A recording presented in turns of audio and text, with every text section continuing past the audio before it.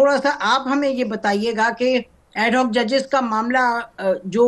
अब खत्म हो गया, यानी कि अब इज दैट ओवर, या उस हवाले से और भी कोई मामला उठने वाले हैं? जो जैसे सरदार तारिक साहब की अपॉइंटमेंट है वो तो 8/1 से हुई, और जैसे मुनीब अख्तर साहब का जो पॉइंट ऑफ व्यू है वो लीगल उनके क्वेश्चंस हैं कि 182 के तहत जो एडहॉक जज है क्या उसकी जो फंक्शनिंग है वो कैसे होनी चाहिए। उस पर मे भी कोई पटिशन भी आए। एक सवाल वकला में है कि क्या एडहॉक जज जो है वो उसका जो स्टेटस है वो क्या होना चाहिए। बाकी जो मज़हर आलम खेल साहब हैं उनका मामला जैसा कि बताया गया था कि जी वो एक सोशल मीडिया का प्रेशर है जिसकी वजह से वो रिलेक्टेंट हैं, तो फिर अब बताया जा रहा है कि उनको कन्विंस कर लिया गया है और वो आ रहे हैं, वो रजामंद हो गए हैं। लेकिन जो फ्यूचर के चीफ जस्टिस हैं मंसूर अली शाह और याह्या अफरीदी, उन्होंने ऑब्जेक्शन किया कि अगर वो रिलेक्टेंट हैं और वो प्रेशर में हैं कि जी सोशल मीडिया का प्रेशर है, तो क्या ऐसे जो है वो जज को हम सुप्रीम कोर्ट का में लेके आना चाहिए हमें, ये बात हुई। फिर दूसरा ये आया जो बड़ा एक सवाल है कि क्या एडहॉक जजेस जो हैं ये क्योंकि पहले सुप्रीम कोर्ट के जजेस थे तो इनको पेंशन मिल रही है, जितनी एक सुप्रीम कोर्ट के जज की तनख्वाह है इतनी पेंशन है, क्या अब एडहॉक जज की जो है वो इनको तनख्वाह भी मिलेगी। तो उस पर तकसीम नज़र आई। जस्टिस मंसूर अली शाह का जो पॉइंट ऑफ व्यू है वो ये है कि जी या इनको जो है वो पेंशन अगर मिल रही है तो इनको तनख्वाह नहीं मिल सकती, सिर्फ टीएडी जो आने जाने का है वो खर्चा हो सकता है। लेकिन हुकूमत को पॉइंट ऑफ व्यू है कि नहीं, वो जो पेंशन है वो उनके माजी की सारी सर्विस पे मिल रही है और मौजूदा जो वो काम करेंगे उसकी उनको तनख्वाह मिलेगी। तो अब यानी उनको जो दोनों एक एडहॉक जज जो हैं वो पब्लिक एक्सचेकर में तकरीबन 26 लाख रुपए में होगा उन पे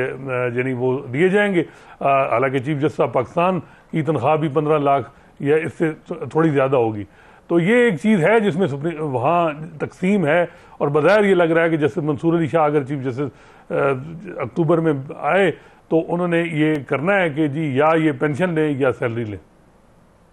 अच्छा, तो वो कर सकते हैं। अच्छा मुनीब, आप बताइएगा, क्योंकि आपकी ये कानूनी और जो जुडिशरी से ताल्लुक रखते हैं मसाइल पर आपकी खास नजर है, गिवन योर ओन बैकग्राउंड, आप ये जो पूरा एडहॉक जजेस का मामला है और जैसे खत्म हुआ है उस पर आप क्या कहेंगे? How do you see this? बहुत शुक्रिया। देखिए, मेरे नज़दीक तो जो पूरी प्रैक्टिस है, ऑल्दो ये कॉन्स्टिट्यूशनल है, लेकिन एडहॉक जजेस की बजाय अगर मेरिट के ऊपर या प्रिंसिपल ऑफ सीनियरिटी के हवाले से या चले जो भी प्रैक्टिस एक अडॉप्ट की जाती है, उस तरीके से अगर परमानेंट बेसिस पे जजेस को एलिवेट किया जाए from high court supreme court, मेरे ख्याल में वो ज्यादा फ्रूटफुल एक्सरसाइज है। वो इसलिए कि उनके साथ उस तरह की चले, फिर अब तो खैर आजकल के जमाने में हर एक के साथ किसी कोई ना कोई चीज अटैच होती है, किसी न किसी का कोई ना कोई बैगेज होता है, लेकिन नॉर्मली ये होता है कि कोई कंट्रोवर्सी अटैच नहीं होती, तो बेहतर हो जाता है। और ये भी कोई सवाल नहीं करता, ये जो अभी बात सनाद साहब ने की कि लोग सवाल उठाते हैं कि भी इनका स्टेटस क्या होगा, तो एक इस पर भी सवाल उठाया जाता है कि जी कितने कंटेंशियस केसेस सुनेंगे, क्या ये तमाम केसेस जो सुप्रीम कोर्ट में आते हैं बिला तफरीक सुनेंगे, यानी उनमें कॉन्स्टिट्यूशनल मैटर्स भी हैं, उनमें ऐसे भी हैं जिनमें पॉलिटिकल क्वेश्चन आता है वो भी सुनेंगे, या सिर्फ क्रिमिनल अपील सुनेंगे या सिर्फ सिविल अपील सुनेंगे। ये एक डिवीजन या इसके ऊपर भी बात आती है कि इनका स्टेटस उस हिसाब से या उस तरीके से होता क्या है। लेकिन चलें, अब ओवरऑल हो गया। जो प्रॉब्लम है सबसे ज्यादा बड़ा वो है कि जो ऑलरेडी सुप्रीम कोर्ट में एक डिवीजन मौजूद है, बंदयाल साहब के वक्त भी थी, और बदकिस्मती से वो काजी फाइसा साहब के दौरान भी, उनके टेन्योर के दौरान भी ये डिस्टिंग जो थोड़ी सी पोलराइजेशन या खिंचातानी की फिजा है,